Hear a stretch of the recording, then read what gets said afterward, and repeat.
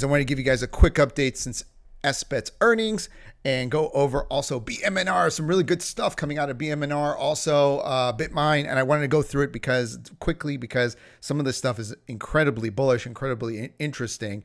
SBET went up today. A lot of you guys were taking, shots at me because you said I made the wrong call in the last video, but I really didn't. Long term, I will be vindicated. It is in the short term that you do not understand what is happening. And I want to go over what kind of set SharpLink Gaming down and what's actually happening realistically, what is happening, because a lot of people get too emotional. Did I sell at 15% drop that it had on, on Friday? No, because now the NAV is basically nothing. And I'm going to go through all of this data is basically 1-to-1 with ETH. I'm buying something at the price of ETH, which is what you want to do. So I'm going to go through this, and it's amazing how fast things are moving. You literally have to keep updated on this information day to day because this information just came out a day or two ago and it's already out of date. So I'm going to go through it with you guys to show you guys what an opportunity SharpLink is. And not only is it an opportunity, but one of the wealthiest people in the world, Ken Griffin, bought 5%, 4.9% of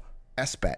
Do you think he's buying 4.9% of SBET because, he's just going to throw a little bit of money out there? No. This guy literally has hundreds of people that all look like Tom Lee working for him, trying to find the next 100x, 5x, 10x. This is what this guy does. He finds the winners. This guy is a winner. In fact, he's such a winner. He has $47 billion. I mean, this is a ridiculous amount of money. This guy has like $1 billion estate on Florida's coast, on one of those islands. He buys like real estate for $300 million and buys another one next to him for $100 million for his mom. Like, here, mother, have a $100 million house. It's beautiful, isn't it? Next door, I'm building my own $300 million one. Okay? This guy, money is useless to this guy. He is so wealthy. Okay? But he's wealthy because he knows how to invest. You got these great people coming into SBET, so you got to start thinking about it a little bit differently. What is going on behind the scenes? So let's look at SBET, what happened in the earnings, and also BitMine. I think BitMine is going to bounce from here. Also, I think first of all, please, if you're in SBET, don't think BitMine is going to go down. You need BitMine to be powerful, because BitMine is setting a trend now. I mean, it is unbelievable. Look how much crypto they're buying. They're up to 1.2 million ETH. It is insane. They're now the number 2, second biggest treasury company, crypto treasury company in the world behind MicroStrategies. This is pretty big. That is the narrative that is driving them. The volume that they can do, that they can sell at the market shares, they can probably at this point, Tom Lee, this man here is a genius. He can pretty much just sell all he wants into the volume every day, get billions and billions of dollars, and basically control the price of Ethereum. Like literally, he can control the price of Ethereum at this point. He's figured it out. He's got the special sauce.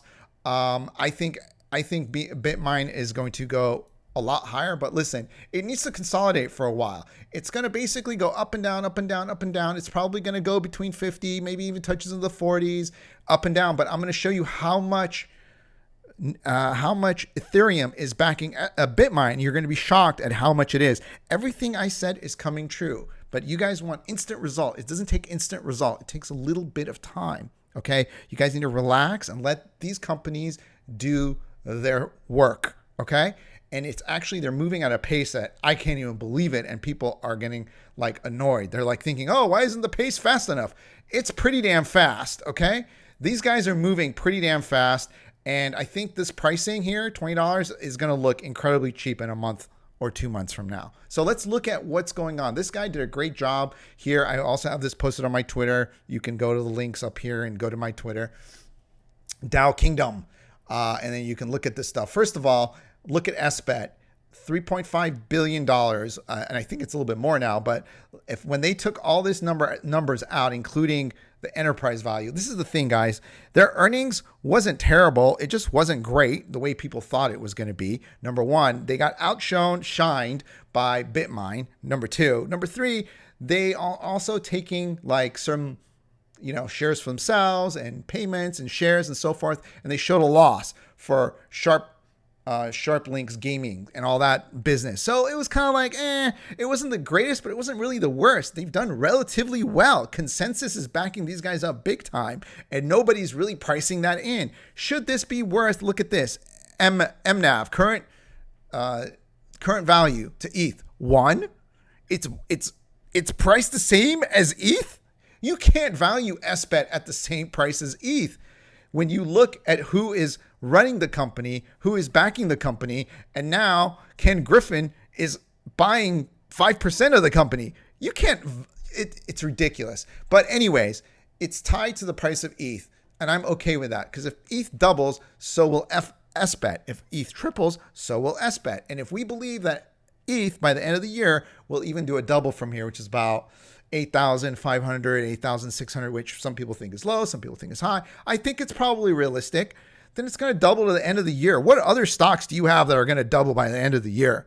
Likely. Of course, nothing is guaranteed, but it's likely going to double by the end of the year. And that's if it stays at a NAV of 1. What happens if it goes slightly above 1? Well, it's going to over double. And I'm going to show you some other information that shows that that's what's probably going to happen. Now, this is something to remember. Look what happened here. This guy marked up all these other ones. He said BMNR is at 2.1, which it's not. It's actually lower because the data he's using is actually old data, even though it was just a couple days ago, which is absolutely insane. It's actually, he's saying here it's like 23, no, a little bit more, $28 or something, or $27 of backing per BitMine. It's actually over $32. That's how fast Tom Lee is moving. Now, the only problem for SBET is when you're at 1 NAV, selling more stocks doesn't really help you. So they're going to have to get a little bit creative, because selling more stock and you're just adding more ETH, well, it's just 1-to-1. You're not getting a yield. You want that yield. You got to be able to sell into the market above 1. And same thing, like that's why I didn't buy BTCS, because it was too small. But look, it's selling at 0.8 NAV. That means it's selling below NAV. So when you look at BTCS today, well, it had a 10% rally because people actually realized, oh, wait a minute, it's selling below NAV. You know, it looks like they had their earnings and all that stuff. I didn't really look at it because it's just too small. They only have like 70,000 ETH, but it's basically selling below NAV. They might have said some good stuff on the earnings call, gone up 10%. But to me, it's not going to be able to compete with BitMine or SBET.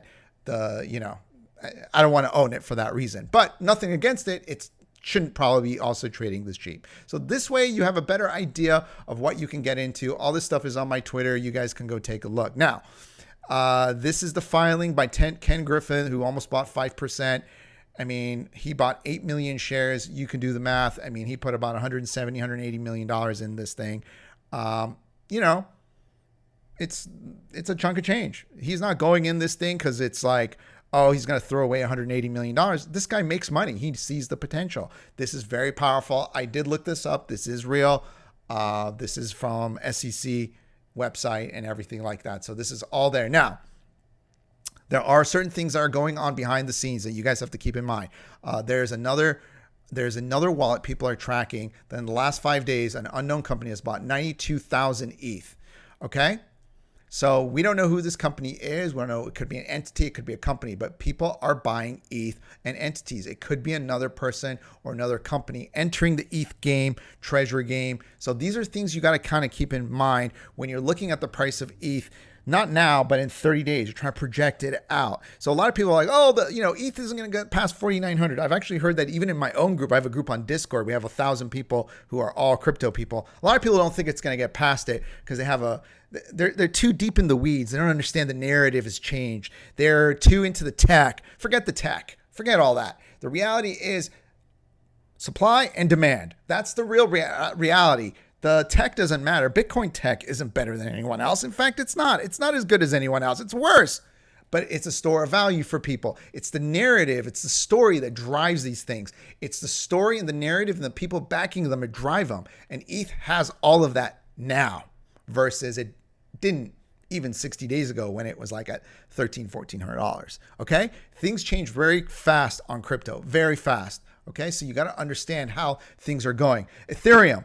On exchanges. This I've constantly been seeing all week long, and it is true. The amount of Ethereum on exchanges is falling. It doesn't necessarily mean the price always goes up when the Ethereum falls. And Tom Lee actually made a post recently about it that said this is the last time it was this low. It did a crazy number, which might still happen, but we're not quite there yet. The last time was when it literally when it was, IPO'd, you could say. So I'm not quite a believer of that, but it makes sense to think that. But right now, the number of ETH on exchanges is definitely heading in a direction very fast that people aren't really taking into their calculations, because everyone is looking at a different calculation. They're looking at the calculation of the number of people who are unstaking what they've staked and trying to dump it onto the market. And that's spooking some people. But I'm going to show you some data that says that shouldn't be spooking you at all. Okay? And let's see, what else we got? I mean, there's just so much information out there. The amount of Ethereum being held by treasury companies has doubled in only 1 month, and you're bearish on BMNR and SBET. See, these are good points. In only 1 month, what happens in month 2, month 3, month 4? As I said, the backing per stock is going to increase day by day, week by week.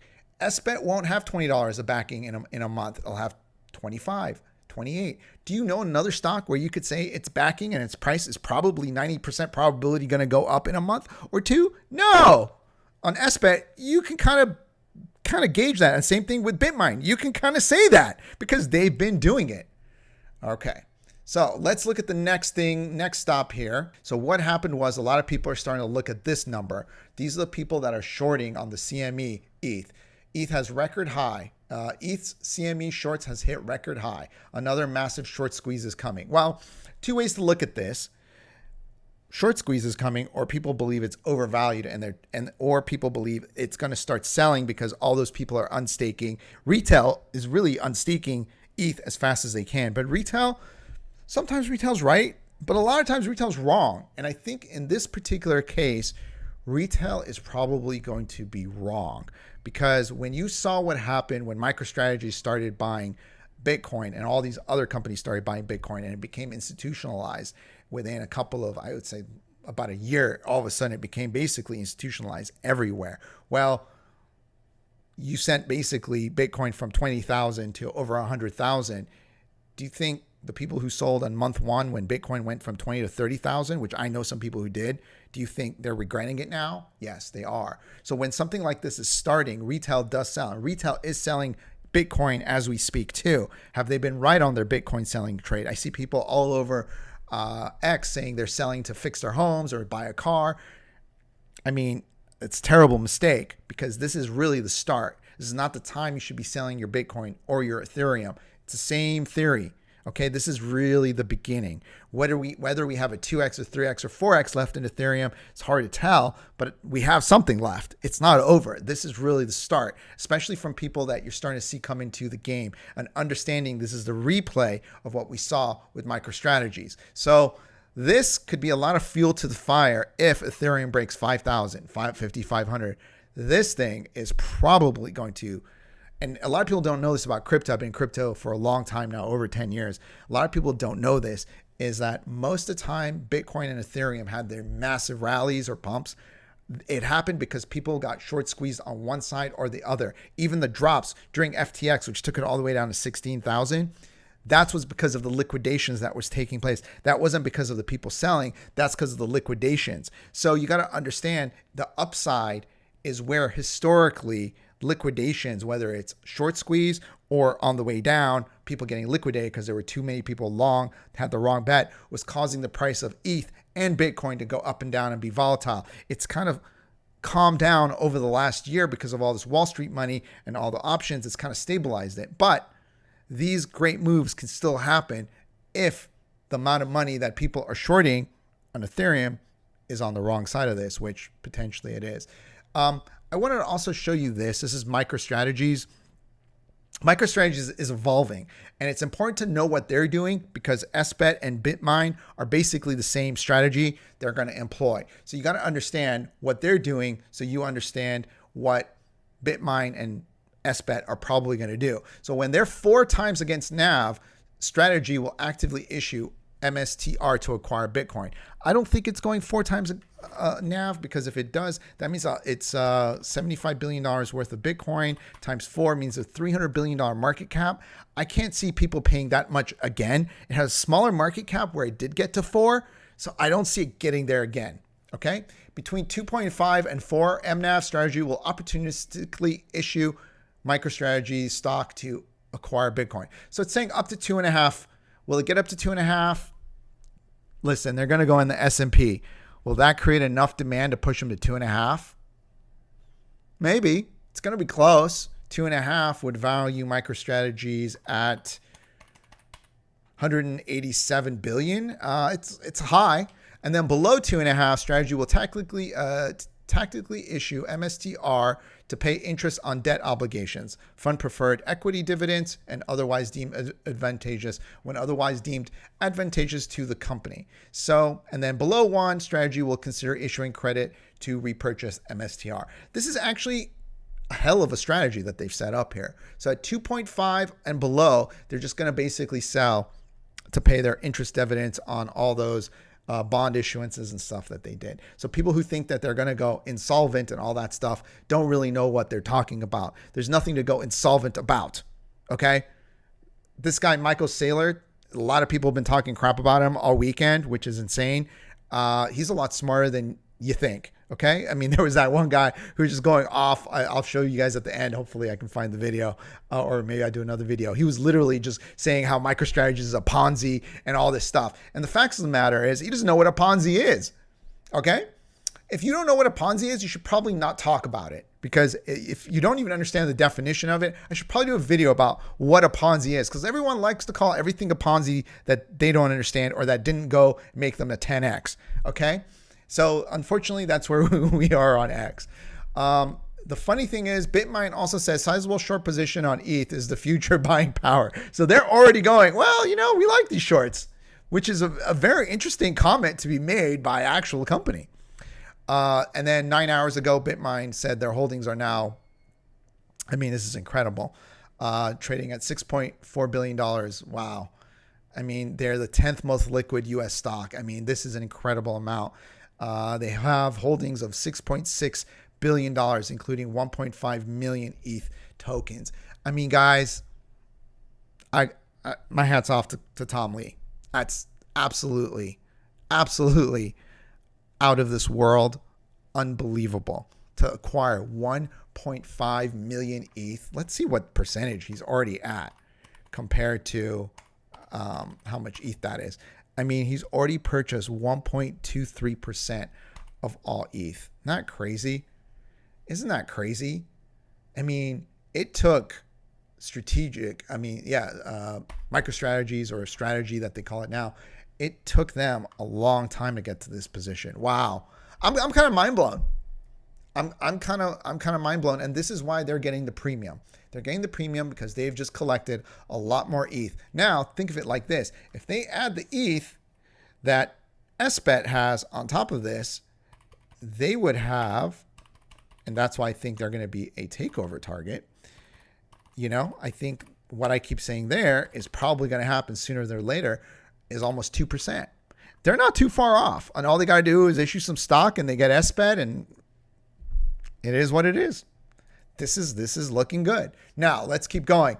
Tom Lee, basically, Ethereum is poised to leverage White House Genius Act and the SEC Project Crypto the same way Wall Street boomed after 1971 when the USD came off the gold standard. So basically, when the United States came off the gold standard, when Richard Nixon announced it, you can actually find clips of that on YouTube.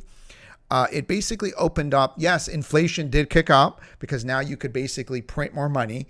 You don't have to tie it to a metal or anything else. It basically opened up the whole economy, and Wall Street and everything in the modern economy runs on the system that was set up in 1971. He's basically saying the Genius Act and everything that is coming out of the White House now is setting up crypto for a massive bull run for the future. He's probably right. And Tom Lee's not looking at this in a month or week or two. He's looking at this long term. He's looking at this 1, 2, 3, 5 years down the road, how big Ethereum could be. When he's telling people Ethereum could do 100x, I mean, I don't think Ethereum can do 100x, but even if he's thinking in his head it can do a 20x, it probably can, because he sees the long-term vision. And this is from someone that's been rarely wrong, you know? So you got to start taking that with some, you know, grain of truth, right? And then more BMNR stuff. I mean, listen, BMNR has just been killing it. I mean, you can kind of see the holdings of 1.2 million ETH. I mean, $1.7 billion higher than a week ago. It is now the second largest, okay, crypto treasury company in the world. That is impressive, okay? Where is SBET? SBET is down here. I think it's a little bit higher. I don't think this was fully took everything into consideration, but I believe SBET will also be way higher in the next few weeks.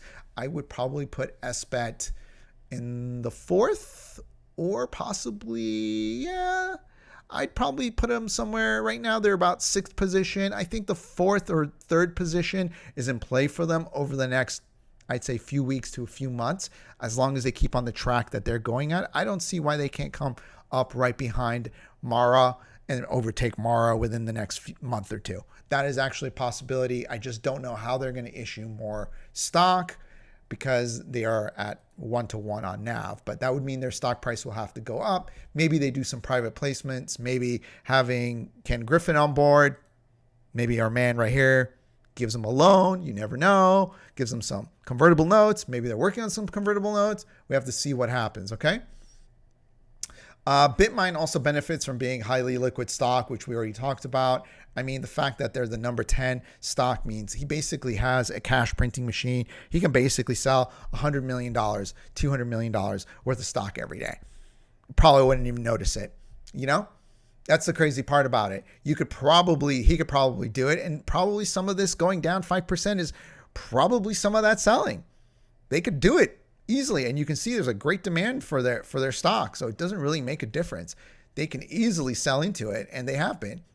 And it's all money. It's easy money for them. They're trading something that's worth 1.7, 1.6 Bitcoin for, you know, increasing the yield behind it. It makes sense. So you can see all the other stocks above them are, you know, Microsoft, Apple, you know, Nvidia, Tesla. Below them, Google, Eli Lilly, MicroStrategies. Now they're above MicroStrategies. And this is very interesting. The fact that they're above MicroStrategies, they have more volume than MicroStrategies, means that they can do the same playbook as MicroStrategies. Not only can they do their same playbook, they can actually outplay them.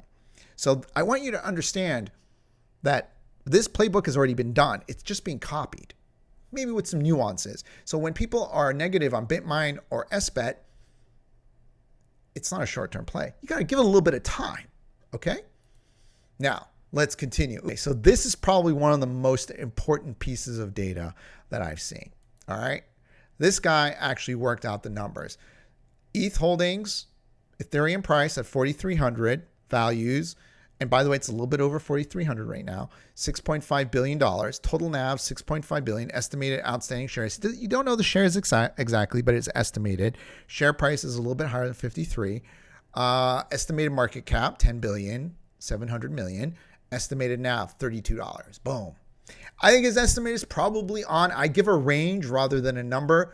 It's closer to $33, his number. Because we just don't know some of the numbers and they're changing very fast all the time. So imagine people that were picking up BitMine a week ago, or is it even less than a week ago? Well, a week or two ago, down here, $31. Yeah, look at this. August 4th, $31, $38, August 6th, about 2 weeks ago. Imagine these people buying him, okay?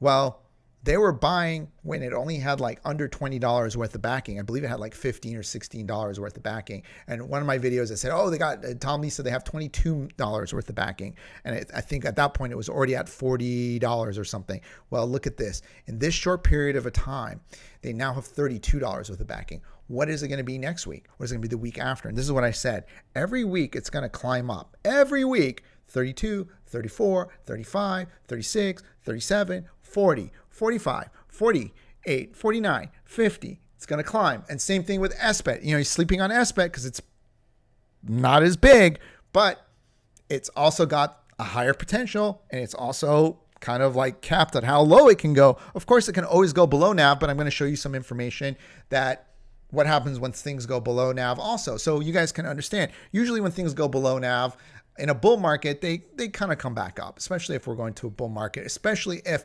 Ethereum price accelerates. You know, the risk there is a little bit less. You could say SBET is a little safer, but it doesn't mean safer you're going to make more money.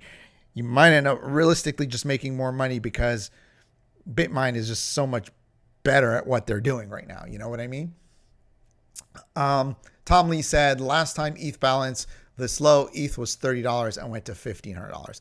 Now, that's a long time ago that the ETH balance was that low. I mean, it's basically when they IPO'd, which is what we talked about. So I don't think it's going to go from $30 to $1,500. But with the number of people unstaking, with the number of people selling, and the amount of it being taken off of exchange still, it's telling me that there could be some sort of supply shock coming up. 15 million ETH is still a lot of ETH to be in circulation. Let's just be real about it. It's still a ton.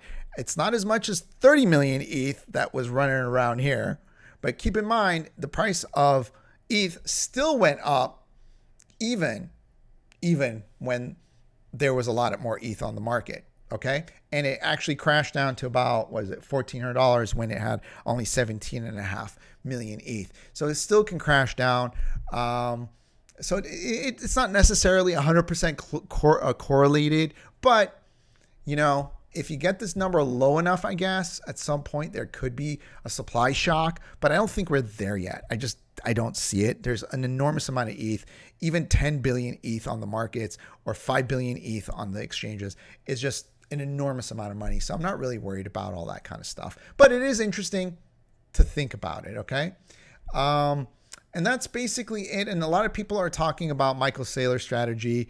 And, people are bearish on this, but don't realize it's because Saylor wants to hammer the ATM during the S&P inclusion, which has secretly got the green light, but can't tell the plebs about. See, there's a lot behind the scenes going on, even with MicroStrategies. And this playbook has already been played out. I'm going to show you MicroStrategy stock for you guys to understand a few things where the money is kind of made. Okay. The people who understand these things early, like we do, hopefully, are going to make a lot of money on both BitMine and SBET. If you go back about 5 years, this is a chart 5 years.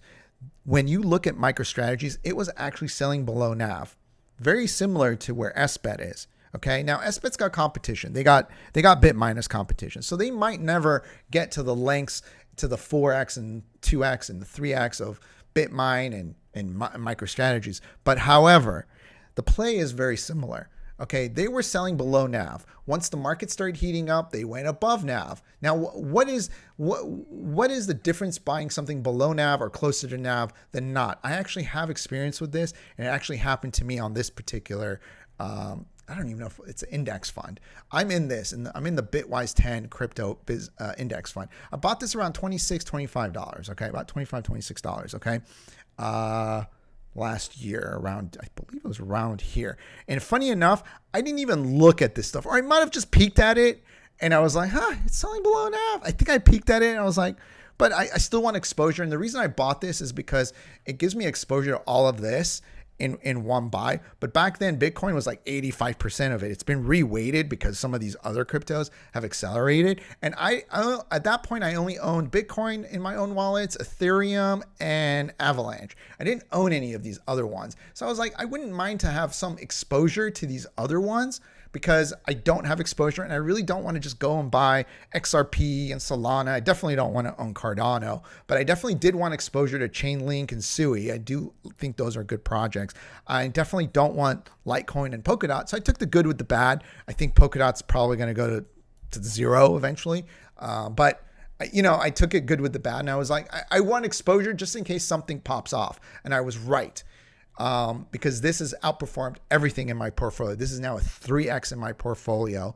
I only put about $5,000 in it because has a very high fee of 2.5%. But now I wish I would have put more. So it's about understanding these things and understanding what I took an advantage of. So look at the advantage. The green line is the market price. The NAV price, which is what it's actually worth, is the blue line, the one above it. Okay, so I was like looking at my account. I'm like, how is this doing 3x when it's mainly made up of Bitcoin still? It shouldn't be like 3x when my other ETFs are like 2x or a little bit above 2x. Yeah, they're a little bit above 2x, about 150%, while this one's like 200%. I'm like, it doesn't make any sense. So what happened was I came back and I started looking again. The NAV, I bought it, for example, right here, $25. $25 was the market price, but the NAV on it was $36. Think about that. I was buying something for $25 that had a $36 NAV. I was getting a 33% discount on what it is. But right now, that discount is gone. Okay? Today, the NAV, if you look at it, is $83 and the market price is $78. So when you do the math, the NAV is now 6%.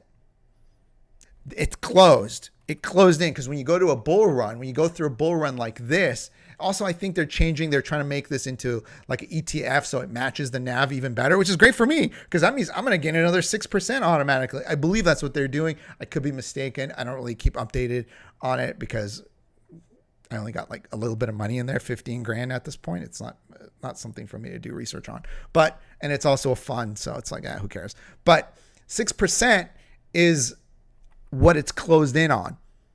It's incredible when you look at it back here where the NAV difference was, if you do the calculations on this, 33%. I was right. 33%, guys. 33%. So when I had another X in there over all my other crypto investments, it's because I closed in on the NAV. So this is something to keep in the back of your mind. The NAVs get closer, tighter, and you start getting premiums on an asset as the market becomes more and more into a bull run. The bull run has definitely started for crypto, but it's the beginning. So if you think SBET is going to sit here at 1 NAV forever, you are mistaken. It will not. It will slowly move up to 1.1, 1.2, 1.3, and it will catch on 1.4, 1.5. I think that's probably where it's going to go. And it also depends on what partnerships they make and other things that they do. So you got to keep all of this stuff kind of in the back of your head of how these guys are going to operate. BitMine, I believe, will probably get as high as 2, and they're going to be selling into it. So it might waver between 1.5 and 2, which is great. So these are things that you got to understand. Now, SBET might waver between 1.2 and 1.5. So these are the numbers that we have to play with. So we have a better understanding of where the valuation of these assets are. And it's very similar to MicroStrategy, which I believe is like 1 point, what is it? They're at a 1 point. See, the NAV stuff is really interesting. They're about a 1.4 NAV right now, but they were about a 1.5 a couple days ago when their stock price was over $400. And what happens when they get included into the S&P? It's probably going to go up 1.6, 1.7. These are things to consider. So I want you guys to understand these things on a full basis. And I don't have any fear of SBET. I think SBET's great. I'm all in. I listened to a bunch of their interviews, some of the earning stuff, some of the earning calls, the transcripts. I think they're on the right path. I think the sentiment is about to change within a week or two. Big time on SBET. I think the downside is, you might lose a few dollars, and now it's tied to ETH. If ETH dumps, it might dump. But if you believe ETH is going to go up long term, then what's the problem? That's kind of where I am with it. You can have your own feelings about it too. I do believe long term it will be one of the high flyers, like BitMine is going to be one of the high flyers. And I believe these two companies are going to intersect and merge at some point, and they will make us all a boatload of money. I will be doing some other updates later on this week on some other stuff, including Riley. Riley's doing pretty damn well. I'm trying to get some interviews with some people over there, working on that. So we'll see what happens, but I'm excited for these particular plays. I think we're going to do really well with SBET, BitMine, and these treasury companies. But I do think these are the two that will stand out of all the ETH guys. Anyway, guys, best of luck out there.